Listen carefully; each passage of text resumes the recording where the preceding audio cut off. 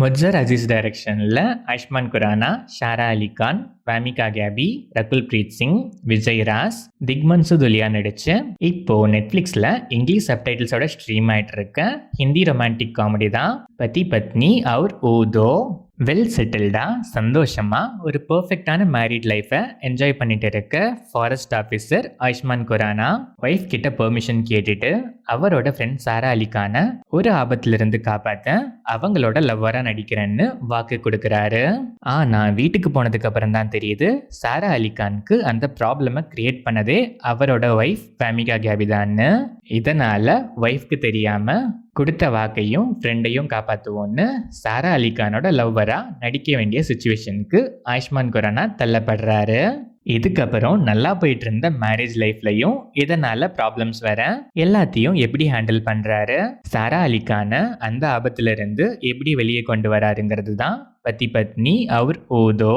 இந்த படத்தோட streaming run time 1 hour and 54 minutes. படம் ஆரம்பிச்சது அந்த அளவுக்கு இம்ப்ரெசிவா இல்ல.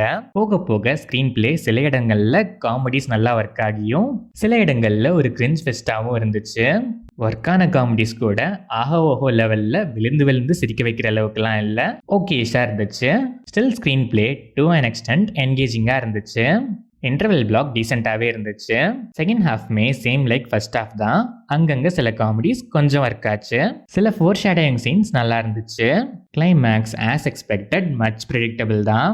ஆயுஷ்மான் குரானா ரோலுக்கு ஆப்டா கிரிஞ்ச் எலமெண்ட்ஸோ இல்லை டீசெண்டான காமெடிஸோ பெர்ஃபார்மன்ஸை ஆப்டாகவே பண்ணியிருக்காரு.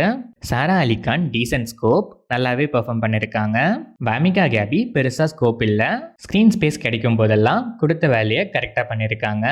ரகுல் பிரீத் சிங்கும் கிடைக்கிற கேப்லலாம் வந்துட்டு போகிறாங்க, டீசெண்டான பெர்ஃபார்மன்ஸ். விஜய் ராஸ் ரோல் கிரிஞ்சுக்கும் மேலனே சொல்லலாம்.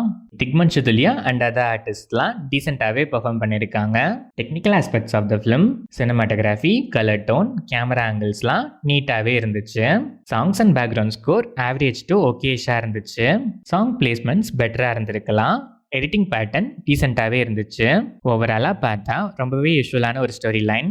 ஸ்க்ரீன் பிளேல ஹியூமர் அங்கங்கே ஒர்க் ஆகி காமெடிஸ்லாம் வேற லெவலில் இல்லைனாலும் லைட்டாக சிரிக்க வச்சுது. But same time equal amount of cringe காமெடிஸுமே இருந்துச்சு. ஷார்ட் ரன் டைம் தான், ஸ்டில் இதுலேயே நிறைய இடங்களில் ஸ்ட்ரெச் பண்ணியிருக்காங்க, ட்ராகியாக ஃபீல் ஆச்சு. கிரிஞ்ச் எலமெண்ட்ஸ் எல்லாம் அவாய்ட் பண்ணி காமெடிஸை பெட்டராக ப்ரெசென்ட் பண்ணியிருந்தா ஒரு டீசென்ட் வாட்சாகவே இருந்திருக்கும். பட் இப்போ பார்ஷியலாக என்டர்டெயின் பண்ணுற ஒரு ஆவரேஜான ரொமான்டிக் காமெடி தான் பதி பத்னி அவுர் ஊதோ. டைம் பாஸ்க்கு ஒரு ரோம்காம் பார்க்கணுங்கிற மைண்ட் செட்டில் இருக்க ஆடியன்ஸ் பாதி டைம் மட்டும் பாஸ் ஆனாலும் பரவாயில்லன்னா ஒன்ஸ் ட்ரை பண்ணி பார்க்கலாம்.